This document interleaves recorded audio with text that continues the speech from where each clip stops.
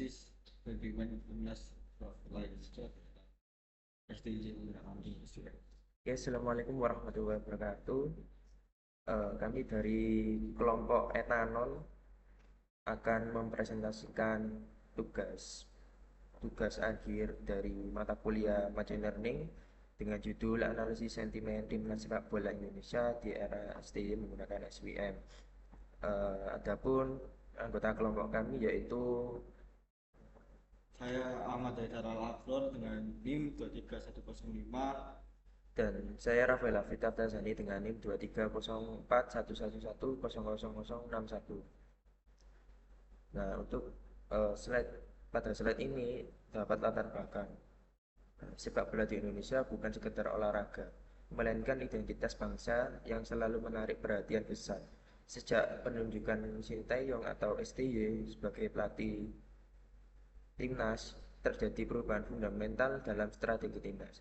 Mulai dari pemotongan generasi pemain senior hingga kebijakan naturalisasi pemain. Kebijakan ini memicu polarisasi tajam di masyarakat, khususnya di media sosial X atau Twitter.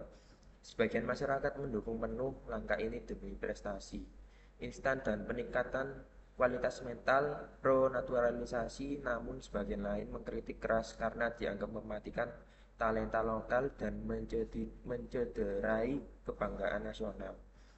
Penelitian ini digunakan untuk membedah fenomena tersebut menggunakan pendekatan sains.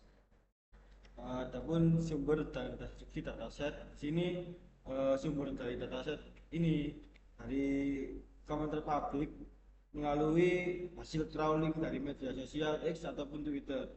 Untuk topiknya sendiri yaitu ada komentar netizen terkait performa timnas ataupun kebijakan naturalisasi dan sosok Sinteyong itu terhadap timnas Indonesia. Untuk volume data yaitu ada total 398 baris data yang terstruktur dari dua kolom utama yaitu komentar ataupun teks opini dari masyarakat dan label sentimen yang terkategori positif dan negatif. Untuk yang selanjutnya yaitu tujuan penelitian, tugas akhir kami yaitu untuk memetakan opini publik, mengetahui beberapa besar persentase dukungan dan penolakan masyarakat terhadap kebijakan STY. Otomatisasi klasifikasi, membangun model machine learning yang mampu membaca dan menentukan sentimen komentar secara otomatis tanpa bantuan manusia. Analisis kata kunci, menemukan topik apa yang paling sering dibahas oleh kubu pendukung maupun kubu pembenci. Metode penelitian, untuk metodologi penelitian ini menggunakan alur kerja GIS-PDM, yaitu yang terdiri dari pre-processing ataupun pembersihan data, fitur extraction yang meliputi DF-IDF, modeling yang ini menggunakan support vector machine ataupun SVM, dan evaluasi untuk mengukur akurasi prediksi dari model yang kita gunakan yaitu SVM.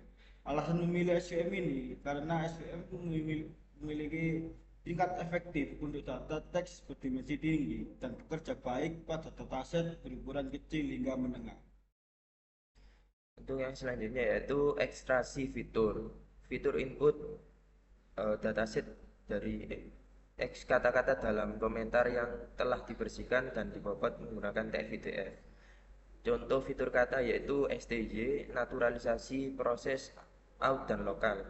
Fitur target Y, label sentimen. Terdapat dua yaitu positif dan negatif. Dan fitur tambahan analisis word count, jumlah kata per kalimat untuk melihat kedalaman opini. Langsung saja untuk implementasi model SVM kita beralih ke source code dari kode yang kita gunakan. Yang pertama yaitu seperti Gak berubah. ah, maaf.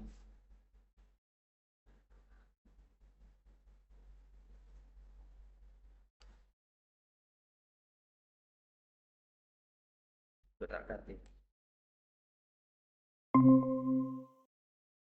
Untuk langkah selanjutnya yaitu implementasi pada model SVM, penerapan model SVM ini. Yang pertama mengikuti alur PDM, yaitu ada data understanding yang berisi total data 398 baris yang berisi tentang eh, komentar ataupun sentimen positif dan negatif yang berjumlah 204 sentimen positif dan 194 sentimen negatif. Masuk ke tahap yang selanjutnya yaitu data preparation atau pre-processing. Di sini terdapat beberapa tahap di dalam pre-processing, yaitu load data dan hapus duplikat, data cleaning atau pembersihan data, label encoding, data splitting, dan feature extraction yang memiliki hasil dari awal data yang awalnya 398 baris. Setelah melakukan preprocessing, data menjadi bersih menjadi 394 baris dikarenakan ada penghapusan duplikat di beberapa komentar yang memiliki komentar duplikat, dan seperti di baris preview cleaning itu penghapusan kata seperti username yang seharusnya tidak perlu untuk analisis ini, dan label encoding juga. Di label encoding ini negatif dari 0, positif dari 1. Ini visualisasi ketika data masih original ataupun sebelum di processing dan ketika data sudah di processing. Selanjutnya yaitu penerapan model SVM. Untuk tahapan-tahapan juga untuk tahap ini juga memiliki beberapa bagian, yaitu bagian satu seperti persiapan data, training model, prediksi dan evaluasi dasar, visualisasi kesalahan, dan bedah otak SVM. Setelah melakukan modeling dari SVM ini, yang kita dapatkan yaitu akurasi model sebesar 60%.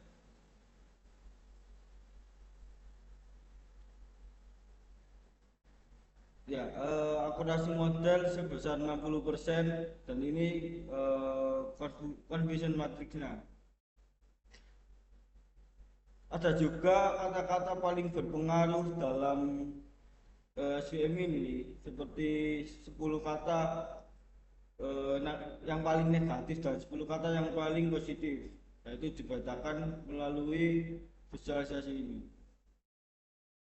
Nah, evaluasi pada model ini kenapa hanya memiliki total akurasi 60%, dikarenakan dari model SVM ini masih sulit untuk mengenal mengenal dan membedakan komentar yang sarkasme yang dibungkus oleh kata-kata yang baik.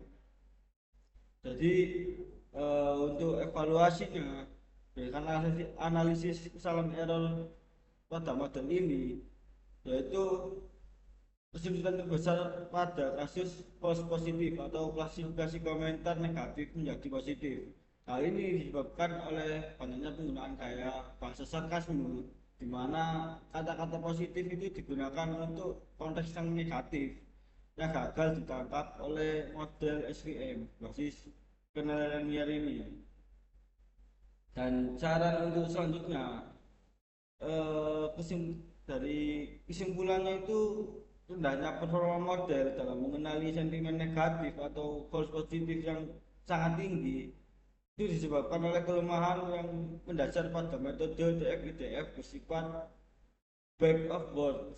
Metode ini gagal menangkap urutan kata dan nuansa sarkasme yang sangat bergantung pada konteks kalimat. Oleh karena itu, penelitian selanjutnya sangat disarankan untuk menggunakan teknik Ngram atau beralih ke model bahasa mutakhir seperti Indobot.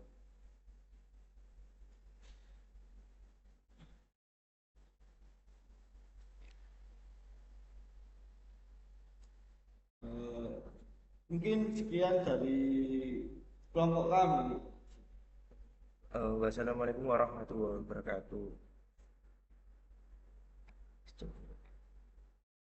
Pirang menit? Masih 1 menit iki gampang.